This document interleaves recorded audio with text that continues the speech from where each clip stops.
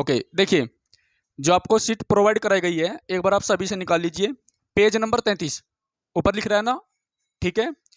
इस सीट में जितने भी क्वेश्चन है सारे आपके जी के जीएस के क्वेश्चन है, प्रीवियस ईयर के है और इम्पोर्टेंट है, ठीक है।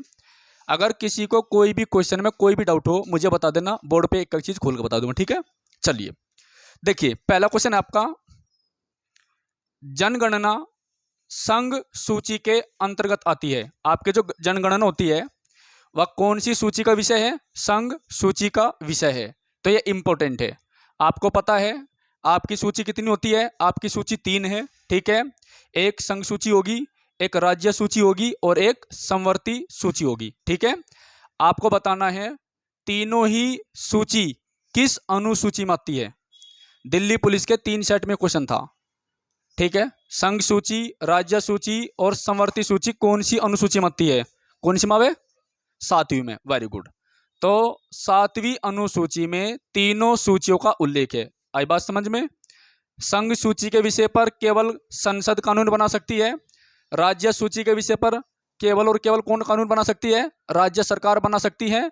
और समवर्ती सूची पर जो है राज्य और केंद्र दोनों बना सकते हैं, ठीक है, याद रखना। आगे देखो अगला क्वेश्चन, भारत का संविधान भारत को राज्य संघ के रूप में वर्णित करता है। जो भारत का संविधान है भारत को राज्य संघ के रूप में वर्णित करता है। इसका मतलब यह है कि जो भारत है वो एक देश नहीं है, भारत राज्यों का एक संघ है, राज्यों को अलग होने की अनुमति नहीं है, ठीक है। जो भारत है वो राज्यों का एक संघ है, भारत एक देश नहीं है, भारत एक राज्यों का संघ है और राज्य भारत से अलग नहीं हो सकते। इंपोर्टेंट है, ठीक है, याद रखना। अगला क्वेश्चन क्या है? अगला क्वेश्चन है आपका, मछलियों के यकृत तेल में विटामिन डी की प्रचुरता होती है। किसकी प्रचुरता होती है? मछलियों के यकृत तेल में विटामिन डी की प्रचुरता होती है। यानी आपने सुना होगा जो मछलियों का तेल होता है, ठीक है, उसमें विटामिन डी प्रचुर मात्रा में पाया जाता है। विटामिन डी की कमी से कौन सी बीमारी होती है? रिकेटस होती है। कौन सी होती है? रिकेटस। देखो विटामिन की खोज किसने की थी? फंक ने की थी, ठीक है। ध्यान दो एक बार, 1911 में जो आपका विटामिन है उसकी खोज किसने की थी? फंक ने की थी, ठीक है भाई, फंक। ओके। विटामिन ए की कमी से रतौंधी होता है जिसे नाइट ब्लाइंडनेस बोलते हैं। विटामिन बी1 की कमी से बैरी बैरी होता है, ठीक है। विटामिन सी की कमी से स्कर्वी रोग होता है। विटामिन डी की कमी से आपका क्या होता है? रिकेटस होता है। विटामिन ई की कमी से नपुंसकता यानी प्रजनन शक्ति जो है खत्म हो जाती है। विटामिन के की कमी से रक्त का थक्का नहीं बनता। इंपोर्टेंट है सारे के सारे। विटामिन बी12 जिसको क्या बोलते हैं? साइनोकोबालमिन बोलते हैं, इसकी कमी से एनीमिया रोग होता है। एनीमिया मतलब खून की कमी। आई बात समझ में? तो विटामिन बी12 में क्या पाया जाता है? विटामिन बी12 में आपका कोबाल्ट पाया जाता है। सभी बच्चे याद रखना, ओके। अगला है, क्षुद्र ग्रह मंगल और बृहस्पति के बीच में देखे जाते हैं। जो क्षुद्र ग्रह है वे मंगल और बृहस्पति के बीच में देखे जाते हैं। और हमारे ब्रह्मांड का या सौर मंडल का जो सबसे बड़ा ग्रह है वो आपका बृहस्पति है। बृहस्पति ग्रह जो है सबसे बड़ा सौर मंडल का ग्रह है। इंपॉर्टेंट है, याद रखना। तुलबुल परियोजना झेलम नदी पर है। सीट में देख ले, तुलबुल परियोजना झेलम नदी पर है, ठीक है। आपको पता है झेलम नदी कहां से निकलती है? वेरीनाग झील से निकलती है। और श्रीनगर भी झेलम नदी पर है। और हाइडे स्पीच का वितस्ता नदी का जो युद्ध है वो 326 बीसी में हुआ था। कब हुआ था? 326 बीसी में हुआ था, याद रखियो, इंपोर्टेंट है ये, ठीक है भाई। बाबर नामा के लेखक कौन है? बाबर है। बाबर नामा के लेखक बाबर है, ये भी याद रखना, ठीक है। बाबर ने 4 युद्ध लड़े थे। 1526 में पानीपत का पहला युद्ध हुआ था जिसमें बाबर ने इब्राहिम लोदी को हराया था, ठीक है। 1527 में कौन सा युद्ध हुआ था? खानवा का युद्ध हुआ था, ठीक है, जिसमें राणा सांगा को हराया था। 1528 में चंदेरी का युद्ध हुआ था जिसमें मेदिनी राय को हराया था। और 1529 में कौन सा युद्ध हुआ था? 1529 में हुआ था घाघरा का युद्ध जिसमें बाबर ने अफगानों को हराया था। और 1530 में बाबर जो है मतलब मर गया था, ठीक है, मृत्यु हो गई थी उसकी। ओके, आगे चलो। अगला है, अंतरराष्ट्रीय महिला दिवस 8 मार्च को मनाया जाता है। कब मनाया जाता है? 8 मार्च को। ये इंपॉर्टेंट है, ठीक है। प्रकाश वर्ष दूरी का मात्रक है। मानव शरीर का सामान्य ताप 37 डिग्री सेल्सियस होता है। हमारा जो शरीर है इसका सामान्य जो तापक्रम होता है वो 37 डिग्री होता है, मतलब 36.9 डिग्री सेल्सियस। आई बात समझ में? अगर फारेनहाइट में बात करें तो ये करीब बैठेगा आपका 98.6 फारेनहाइट की, ठीक है, याद रखना। और याद रखियो आप, -40 डिग्री पर फारेनहाइट और सेल्सियस बराबर होते हैं। -40 डिग्री पर सेल्सियस और फारेनहाइट बराबर होते हैं, याद रखना। ओके, हमारी जो बॉडी है इसके तापमान को हमारे शरीर का हाइपोथैलेमस होता है। हाइपोथैलेमस एक अंग होता है हमारे शरीर का, ठीक है, जो मस्तिष्क में पाया जाता है। वही पूरी बॉडी के टेम्परेचर को बैलेंस करके रखता है, ठीक है। अगर आपको बुखार चढ़ जाता है तो इसका मतलब है आपका हाइपोथैलेमस का बैलेंस बिगड़ गया, ठीक है, याद रखना। नेक्स्ट है, अंतिम मुगल सम्राट कौन थे? बहादुर शाह जफर द्वितीय थे। अंतिम जो मुगल सम्राट थे वो बहादुर शाह जफर द्वितीय थे, याद रखना, ठीक है। नेक्स्ट है, भारत छोड़ो आंदोलन का नारा महात्मा गांधी ने दिया था। किसने दिया था भाई? महात्मा गांधी ने दिया था, ठीक है। तो भारत छोड़ो आंदोलन कब चला था? भारत छोड़ो आंदोलन जो है 1942 में चला था। कब चला था? 1942 में। इसी नारे में महात्मा गांधी ने जो है करो या मरो का क्या दिया था? नारा दिया था, करो या मरो, डू और डाई, याद रखना, ठीक है। इस समय वायसराय कौन थे भारत के? लॉर्ड लिन लिथगो। कौन थे? लॉर्ड लिन लिथगो, याद रखियो।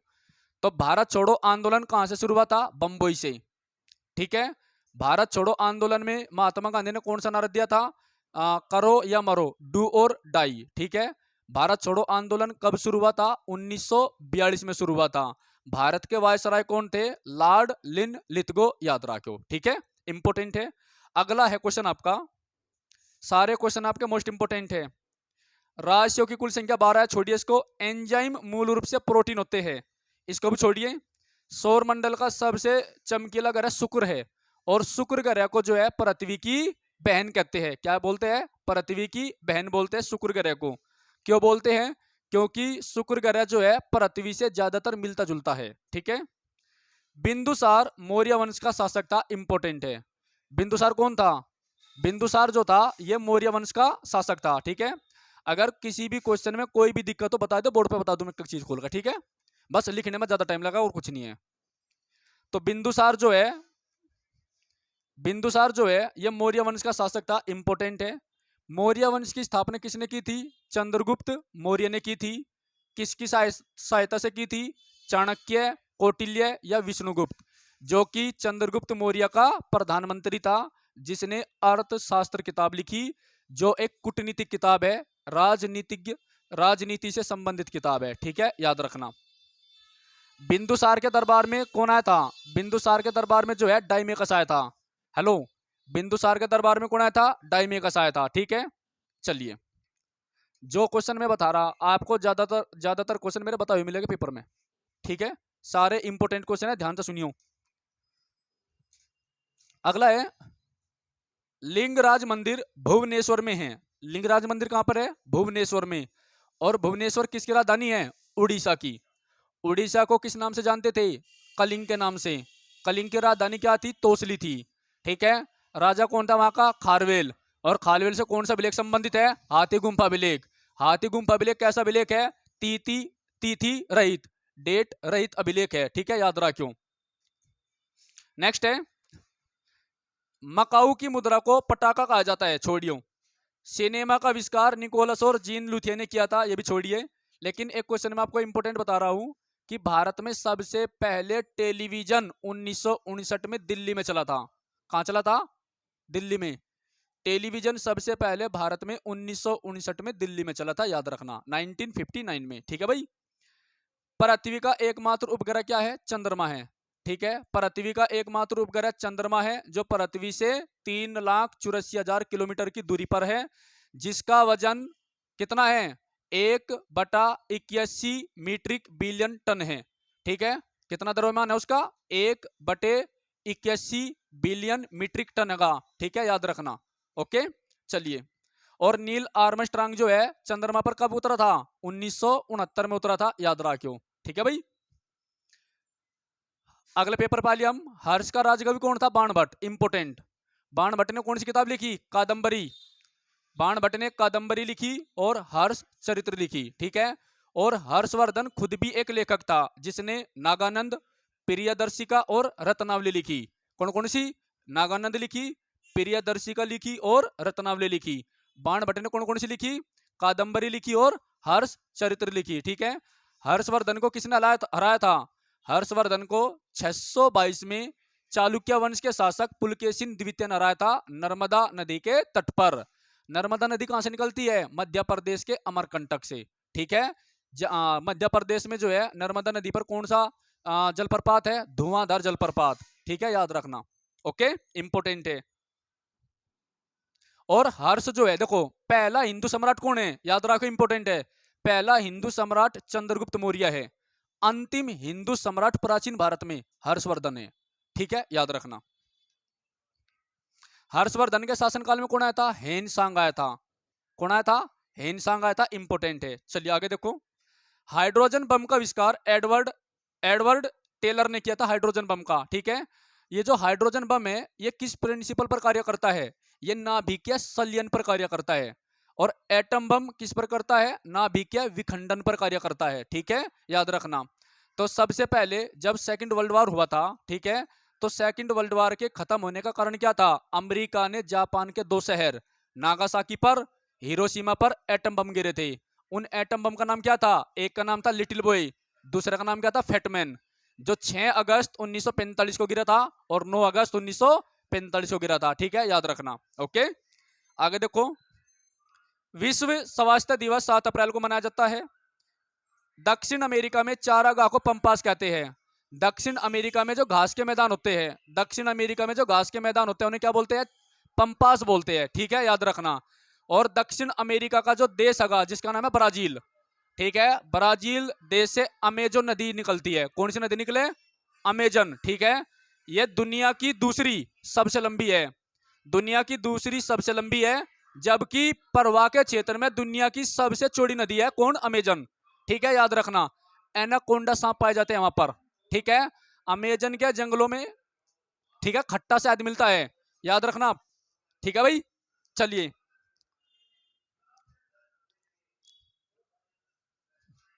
भारत में प्रथम स्वर्ण मुद्राएं यूनानियों ने चलाई थी। देखो, जो मुद्राएं होती है उन्हें क्या बोलते थे प्राचीन भारत में? मुद्राओं को जो है लोहित अश्क बोलते थे। ठीक है, और साहित्य में कारसा पर्ण बोलते थे। आई बात समझ में? तो सबसे पहले जो सोने की मुद्राएं थी, ठीक है, वो किसने चलाई थी? सबसे ज्यादा वो चलाई थी गुप्त वंश के शासकों ने। ठीक है, याद रखना। और शुद्ध सोने की जो मुद्राएं थी वो किसने चलाई थी? यूनानियों ने चलाई थी। तो सबसे ज्यादा सोने की मुद्राएं गुप्त वंश के शासकों ने, और शुद्ध सोने की मुद्राएं यूनानियों ने चलाई थी। ठीक है, याद रखना। ओके, नेक्स्ट है, भारतीय राष्ट्रीय कांग्रेस के प्रथम मुस्लिम अध्यक्ष कौन थे? बदरुद्दीन तैयब जी। ये भी इंपोर्टेंट है। देखो, भारतीय राष्ट्रीय कांग्रेस की स्थापना कब हुई थी? 1885 में। किसने की थी? A.O. ह्यूम ने की थी। ठीक है, याद रखना। और इसके कांग्रेस के जब स्थापना हुई थी, जब कांग्रेस की स्थापना हुई थी उस समय भारत के वायसराय कौन थे? लॉर्ड डफरिन थे। आई बात समझ में? तो पहला अध्यक्ष कौन था इसका? WC बनर्जी, व्योमेश चंद्र बनर्जी। आई बात समझ में? उसके बाद में पहली अंग्रेज अध्यक्ष कौन थी? Annie Besant. पहली महिला भारतीय कांग्रेस के अध्यक्ष कौन थी? सरोजिनी नायडू। हो गया इतना? ठीक है।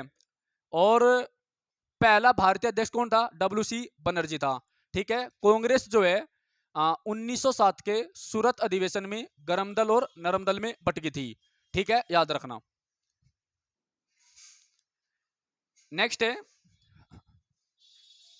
राज्य अपहरण नीति को लॉर्ड डलहौजी ने क्रियान्वित किया था। किसने किया था? लॉर्ड डलहौजी ने। इंपोर्टेंट है। तो लॉर्ड डलहौजी ने जो है अपहरण नीति के द्वारा सबसे पहले किसे अपने राज्य क्षेत्र में मिलाया था? सतारा को। कब मिलाया था? 1848 में। झांसी को 1853 में। लॉर्ड डलहौजी के शासनकाल में जो है 16 अप्रैल 1853 को रेलगाड़ी चली थी। किसकी शुरुआत हुई थी? रेलगाड़ी की। ठीक है, याद रखना। नेक्स्ट है आर्थिक अपक्षय सिद्धांत को के प्रतिपादक दादा भाई नौरोजी थे। इंपोर्टेंट है, देखो दादा भाई जो नौरोजी है इसे great old man of India कहा जाता है या grand old man of India कहा जाता है। भारत का वयोवृद्ध पुरुष कहा जाता है। इसकी एक किताब है जो सबसे ज्यादा बार पूछी जाती है, poverty and un-British rule in India. इस किताब में इसने बताया था किस प्रकार जो अंग्रेज जगह वे बंगाल की संपत्ति को जो है ब्रिटेन में ले जा रहे हैं। ठीक है, अगला है और एक चीज और, दादा भाई नौरोजी पहला भारतीय था जो ब्रिटिश संसद में एमपी बना था। फिन्सबरी से बना था ये। फिन्सबरी वहां एक जगह का नाम है जहां से इसने चुनाव लड़ा था। ठीक है, याद रखियो। राज्यसभा में मनोनीत सदस्यों की अधिकतम संख्या कितनी है भाई? 12 है। कितनी है भाई? 12 है। तो राज्यसभा में भारत का राष्ट्रपति आर्टिकल 80 क्लोज 3 के द्वारा 12 सदस्यों को राज्यसभा में नॉमिनेट करता है, जबकि आर्टिकल 331 के द्वारा लोकसभा में राष्ट्रपति 2 सदस्यों को नॉमिनेट करें और राज्यपाल आर्टिकल 333 के द्वारा विधानसभा में नॉमिनेट करता है। ठीक है, तो लोकसभा आपका निम्न सदन है, राज्यसभा आपका परमानेंट स्थायी सदन है। लोकसभा का टाइम पीरियड 5 साल है, राज्यसभा का 6 साल है। लोकसभा आर्टिकल 81 में है, राज्यसभा आर्टिकल 80 में है। लोकसभा में बहुमत दल का जो नेता होता है प्रधानमंत्री होता है।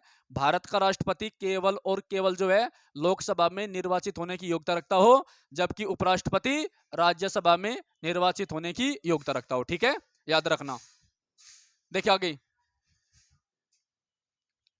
सुंडा जलडमरू मध्य जावा तथा सुमात्रा के बीच में है। राष्ट्रीय आय का आकलन केंद्रीय सांख्यिकी संगठन करता है। गांधी इरविन समझौता 5 मार्च 1931 को हुआ था। इंपोर्टेंट है, तो गांधी इरविन समझौता कब हुआ था? 5 मार्च 1931 को हुआ था। इंपोर्टेंट क्वेश्चन है ये, टिक करिए सभी।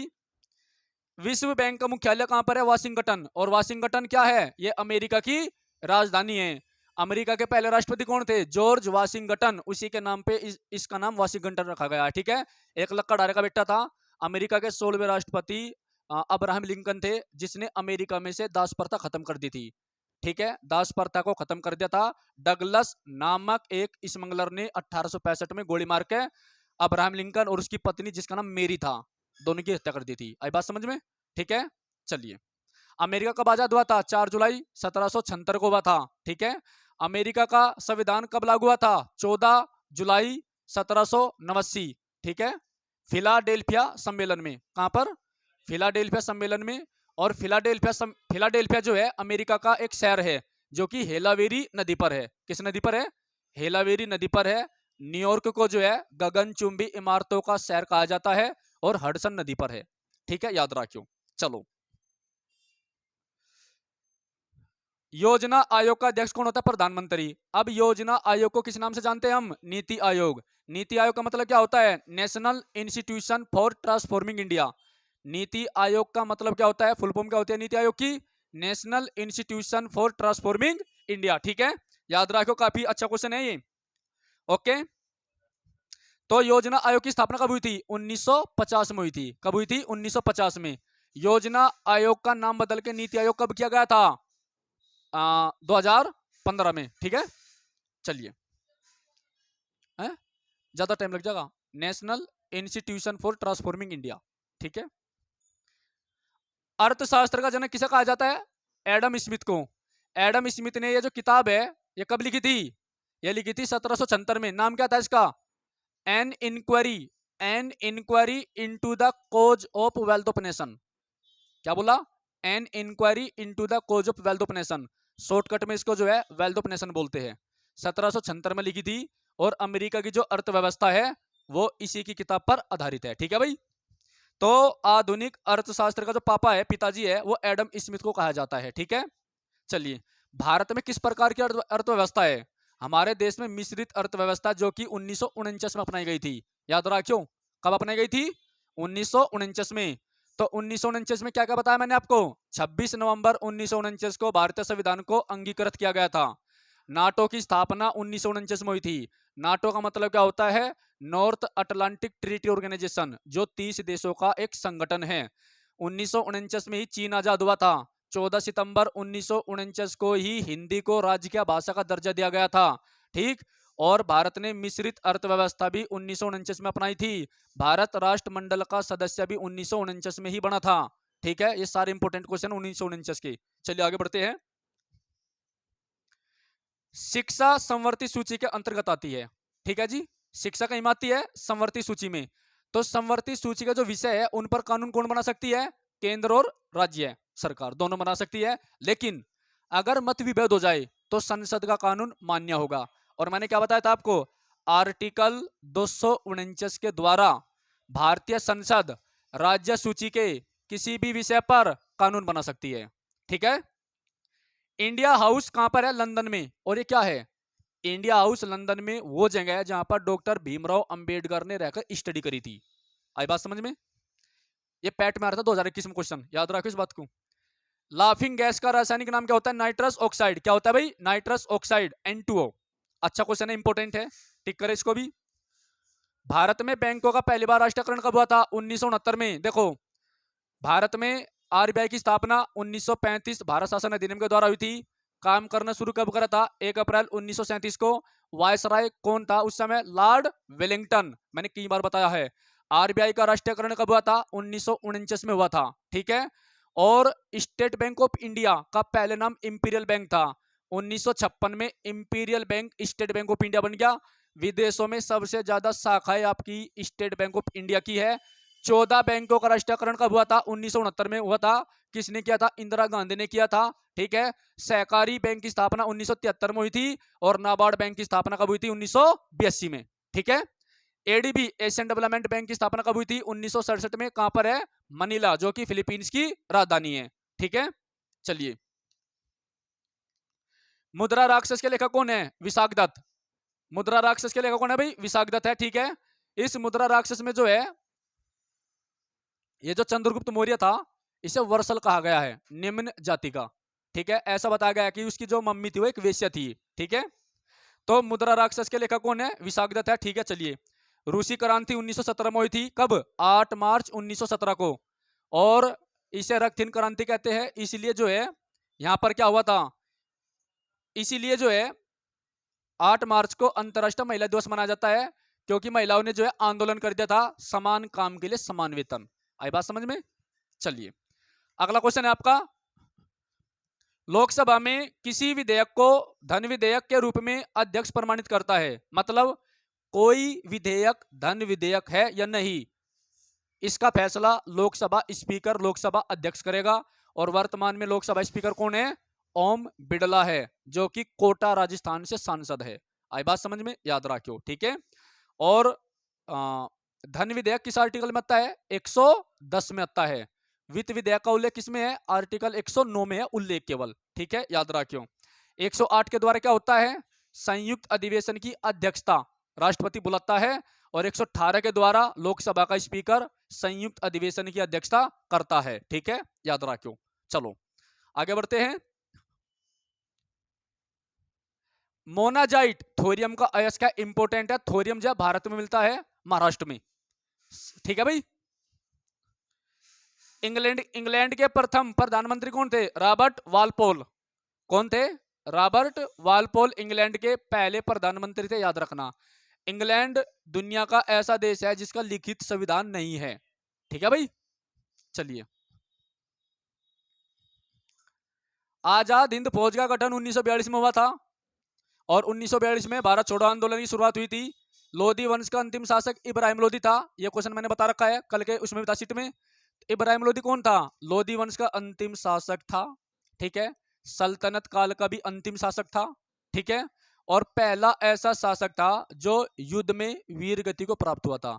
यह युद्ध करता हुआ मर गया था। और इसके साथ में ग्वालियर का एक शासक था, राजा था, जिसका नाम था विक्रमजीत, वो भी मर गया था पानीपत के पहले युद्ध में, जो 21 अप्रैल 1526 को हुआ था। और पानीपत के 3 युद्ध हुए हैं। ठीक है। दूसरा नवंबर के महीने में 1556 में हुआ था, हेमू और अकबर के बीच में। तीसरा 1761 में लड़ा गया था। ठीक है, याद रखियो। गरसोप्पा प्रपात कहां पर है? कर्नाटक में है। और शरावती नदी पर है, इंपोर्टेंट है। इसे जोग या गरसोप्पा कहते हैं, कर्नाटक में है, शरावती नदी पर है, इंपोर्टेंट है, याद रखियो। राष्ट्रीय राष्ट्रीय समुद्र विज्ञान संस्थान कहां पर है? गोवा की राजधानी पणजी में। कहां पर है? गोवा की राजधानी पणजी में, ठीक है। और विज्ञान दिवस कब मनाया जाता है? विज्ञान दिवस कब मनाया जाता है? 28 फरवरी को। Very good. अरे किसी को कोई दिक्कत तो नहीं हैगी? हाँ, किसी भी चीज में कोई दिक्कत तो बता दे, बोर्ड पर दिखा समझा दूंगा, ठीक है। भारत का सबसे बड़ा कृषि प्रायोगिक फार्म अंबाला में है, ठीक है। राज्यसभा का पदेन अध्यक्ष उपराष्ट्रपति होता है, इंपोर्टेंट है, ठीक है भाई। भारत में प्रतिवर्ष सेना दिवस 15 जनवरी को मनाया जाता है, थल सेना दिवस 15 जनवरी। रक्तचाप, रक्तचाप धमनियों में उच्च होता है, यानी जो ब्लड प्रेशर होता है वो हमारी कहीं में उच्च होता है, धमनियों में, ठीक है। और किस इंस्ट्रूमेंट के द्वारा ब्लड प्रेशर को मापते हैं? स्फिग्मोमैनोमीटर। जो ब्लड प्रेशर मापते हैं आपका, वो कौन सा इंस्ट्रूमेंट है, यंत्र है? स्फिग्मोमैनोमीटर, इंपोर्टेंट है। चक्रवात निम्न दाब के कारण से आता है, ठीक है। भारत में प्रथम रेल लॉर्ड डलहौजी के शासनकाल में चलाई गई थी, मैंने आपको बता दिया। लॉर्ड डलहौजी का जो टाइम पीरियड है वो कितना है? 1848 से 1856। उसके बाद में कौन आया था? लॉर्ड कैनिंग आया था। कौन आया था? लॉर्ड कैनिंग आया था, ठीक है भाई। नेक्स्ट है 1556 में पानीपत की दूसरी लड़ाई अकबर और हेमू के बीच में हुई थी, ये मैंने आपको बता दिया था। हेमू कौन था? देखो, हेमू हरियाणा के रेवाड़ी से संबंधित था, एक बनिया था, नमक बेचता था, ठीक। इतिहास में 24 युद्ध लड़े इसने, और 24 में से 23 युद्ध जीता है। इसने विक्रमादित्य की उपाधि धारण करी है, और इतिहास में 14वां विक्रमादित्य हेमू था, ठीक। टोडरमल और हेमू दो ऐसे हिंदू शासक थे मुगल काल में जो वजीर बने, ठीक है भाई। वजीर मतलब प्रधानमंत्री के पद तक गए, ओके। चलिए, मानसरोवर झील तिब्बत में स्थित है, इंपोर्टेंट है। विजयनगर तुंगभद्रा नदी के तट पर है, यह भी इंपोर्टेंट है। विजयनगर साम्राज्य कब आजाद हुआ था? 1336 में। किसने करवाया था? हरिहर बुक्का, दो भाई थे, हरिहर अलग था, बुक्का अलग था। पापा का नाम क्या था इनका? संगम। तो विजयनगर पर किस वंश ने शासन किया? संगम ने। उसके बाद तुलुव, उसके बाद तुलुव वंश, उसके बाद सुलुभ वंश, ठीक है। और बहमनी साम्राज्य कब आजाद हुआ था? 1347 में। दिल्ली का सुल्तान कौन था? मोहम्मद बिन तुगलक था, ठीक है भाई। तो 1565 राक्षस तागड़ी के युद्ध में, ठीक है, राक्षस तागड़ी के या तालीकोटा के युद्ध में बहमनी साम्राज्य ने विजयनगर साम्राज्य को एंड कर दिया था, ओके। बहमनी राजाओं की राजधानी क्या थी? गुलबर्गा। जो बहमनी राजा थे उनकी राजधानी क्या थी? गुलबर्गा थी, इंपोर्टेंट है, ठीक है। हेलो बाद में पढ़ लो, ठीक। पढ़ाई जरूरी है, हेलो जरूरी ना। नेक्स्ट, जो मैं पढ़ा रहा हूं वो सुने जाएगा, और जैसे पढ़ा रहा इससे खतरनाक तरीके से सुनूंगा, या तो ध्यान दे लो या मुझे ले लो, पहले बता दी मैंने, ठीक है। और पेपर में यही आनी, इस बात को भी लिख लो। जितने इस सेट, यू ऐसा सेट है, किसी पेपर बैठे तो 2-4 क्वेश्चन मिलने। आपको दिल्ली पुलिस के इतने सेट कराए, आप देख लो कितने क्वेश्चन आ रहे इसमें से, ठीक है। नेक्स्ट, तड़ित, अच्छा, बहमनी राजाओं की राजधानी क्या है? गुलबर्गा थी, ठीक है भाई। कल जो आपको सीट दे रहे उसमें बताया क्वेश्चन, है ना, ठीक है। तड़ित विद्युत विसर्जन के द्वारा उत्पन्न होती है, ठीक है, छोड़िए। ये जो बिजली है ना, इसकी खोज किसने की थी? फ्रैंकलिन ने की थी। फ्रैंकलिन रूजवेल्ट अमेरिका का था, ठीक है। और उसी ने इसकी, और बिजली इसकी उसकी मौत का कारण बनी थी। बादल गरज रहे थे, पतंग उड़ाता, डोरी बांध गए तो बिजली गिर गई थी उसमें, ठीक है, ठीक है। नेक्स्ट है, मैं उस बिजली की बात कर रहा हूं, ऊपर वाली की, नीचे वाली की बात नहीं कर रहा, हाँ, ठीक है ना। नेक्स्ट है, रेबीज नामक रोग विषाणु द्वारा होता है, इंपोर्टेंट। रेबीज को क्या बोलते हैं? हाइड्रोफोबिया, ठीक है। जिसका पागल कुत्ता काट खावे, या बंदर, गीदड़ वगैरह वगैरह, तो उसको रेबीज बीमारी होती है। तो जिसको रेबीज हो जाता है उसको एक तो आग से डर लगता है, दूसरा पानी से डर लगता है, इसलिए रेबीज को जो है हाइड्रोफोबिया बोलते हैं। आई बात समझ में? मानव का सामान्य रक्तदाब 120 से 80 होता है। शहद में मुख्यतः कार्बोहाइड्रेट होता है, इंपोर्टेंट है। संविधान के अनुच्छेद 1 में भारत को राज्यों का संघ कहा गया, इंपोर्टेंट है। पहले सेट में ये क्वेश्चन था, ये संघ सूची वाला, सॉरी, हाँ, नहीं नहीं नहीं, दूसरा क्वेश्चन है, ठीक है। तो संविधान के अनुच्छेद 1 में भारत को राज्यों का संघ कहा गया, इंपॉर्टेंट है, याद रखना। शहद में मुख्यतः कार्बोहाइड्रेट होती है, ठीक है। ये आपकी रिवीजन शीट है, आपको नोट्स डेली बनवाए जा रहे हैं, ये रिवीजन शीट है ताकि आपकी जीएस अच्छी रहे। और जीएस को अगर अच्छा करना है तो डिस्कशन जरूरी है, मल्टीपल टाइम आपको पढ़नी पड़ेगी, रिवाइज करनी पड़ेगी, ठीक है। विक्टोरिया प्रपात जोम्बेजी नदी पर है, इंपॉर्टेंट है, ठीक है। ठीक है, विक्टोरिया जलप्रपात कहां पर है? जोम्बेजी नदी पर है, ये भी इंपॉर्टेंट है, याद रखियो। ओके, हीरे की चमक का कारण क्या है? प्रकाश का, हीरे की चमक का कारण है प्रकाश का संपूर्ण आंतरिक परावर्तन, इंपॉर्टेंट है, ठीक है। और जो आपका हीरा है ये सबसे कठोर पदार्थ है, और धातु कौन सी है? प्लेटिनम है, ठीक है, याद रखना। नेक्स्ट है, और हीरा जो है ना आपका, ये कार्बन का शुद्ध रूप है, कार्बन का शुद्ध रूप हीरा है, और अपरूप क्या है? ग्रेफाइट, ठीक है। रजिया सुल्तान इल्तुतमिश की बेटी थी, आपको पता है रजिया सुल्तान जो है दिल्ली की पहली महिला सुल्तान थी, और 1236 से 40 तक का इसका टाइम पीरियड है, यानी इसने 3 साल 6 महीने 9 दिन शासन करा, ठीक है, इंपोर्टेंट है। भारत में सर्वाधिक शुद्ध सोने के सिक्के कुषाण वंश के शासकों ने जारी किए, ये भी इंपोर्टेंट है, मैंने अभी बताया था आपको, ठीक है। कुषाण वंश की स्थापना किसने करी थी? कुजुल कडफिसस। स्टेडिंग में टिक लगवा रखे। सूर्य की ऊर्जा का मुख्य कारण क्या भाई? नाभिकीय संलयन, और इसी पर आपका हाइड्रोजन बम कार्य करता है, और एटम बम नाभिकीय विखंडन पर कार्य करता है। किस पर करता है? नाभिकीय विखंडन पर कार्य करता है, इंपोर्टेंट है, ठीक है। अगला क्वेश्चन देखो, सिख गुरु गुरु अंगद देव ने गुरु नानक की जीवनी लिखी, इंपोर्टेंट है, ठीक है। और गुरु नानक का जन्म कब हुआ था? 1469 में तलवंडी गुजरात में, ठीक है। राम की चिड़िया राम का खेत, खाओ चिड़िया भर भर पेट, ये कोट भी जो है गुरु नानक का ही है, ठीक है। हाँ, 1469। रोम शहर टाइबर नदी पर है, और इटली की राजधानी रोम है। रोम को 7 पहाड़ियों का नगर कहा जाता है। इटली की गंगा पो नदी को कहते हैं, ठीक है। पुनर्जागरण की शुरुआत भी आपकी इटली से हुई थी। कहां से हुई थी? इटली से हुई थी, याद रखना। और पीसा की झुकी मीनार भी कहां पर है? इटली में है। कहां पर है? इटली में है, ठीक है, याद रखना। नेक्स्ट, दांते। दांते, दांते जो है एक लेखक है, ठीक है, दार्शनिक है, तो वो भी आपका इटली का रहने वाला था। राज्यसभा द्वारा लोकसभा को धन विधेयक 14 दिन में लौटा दिया जाता है, ठीक है। अगर 14 दिन से पहले राज्यसभा उसे अनुमोदित कर दे तो भी पारित मान लिया जाता है। अगर राज्यसभा अनुमोदित नहीं करती तो भी पारित मान लिया जाता है, ठीक है। तो धन विधेयक केवल और केवल लोकसभा में पारित किया जाता है। धन विधेयक केवल और केवल कहां पर प्रस्तुत होगा? लोकसभा में, ठीक है, याद रखना। चोल राजाओं की राजधानी क्या थी? तंजौर।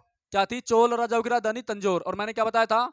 जो चोल थे उनके पास में सबसे पहले जल सेना थी। हमारी इंडियन नेवी जल सेना का जो कॉन्सेप्ट है कहां से आया? चोल साम्राज्य से आया, ठीक है भाई। ये सीट है आपकी, देखो काफी इंपोर्टेंट है, ठीक है। और आप इसको, सारी इंपोर्टेंट है, और आप इनको याद कर लेना, ठीक है, पेपर के हिसाब से बहुत इंपोर्टेंट है। चलो।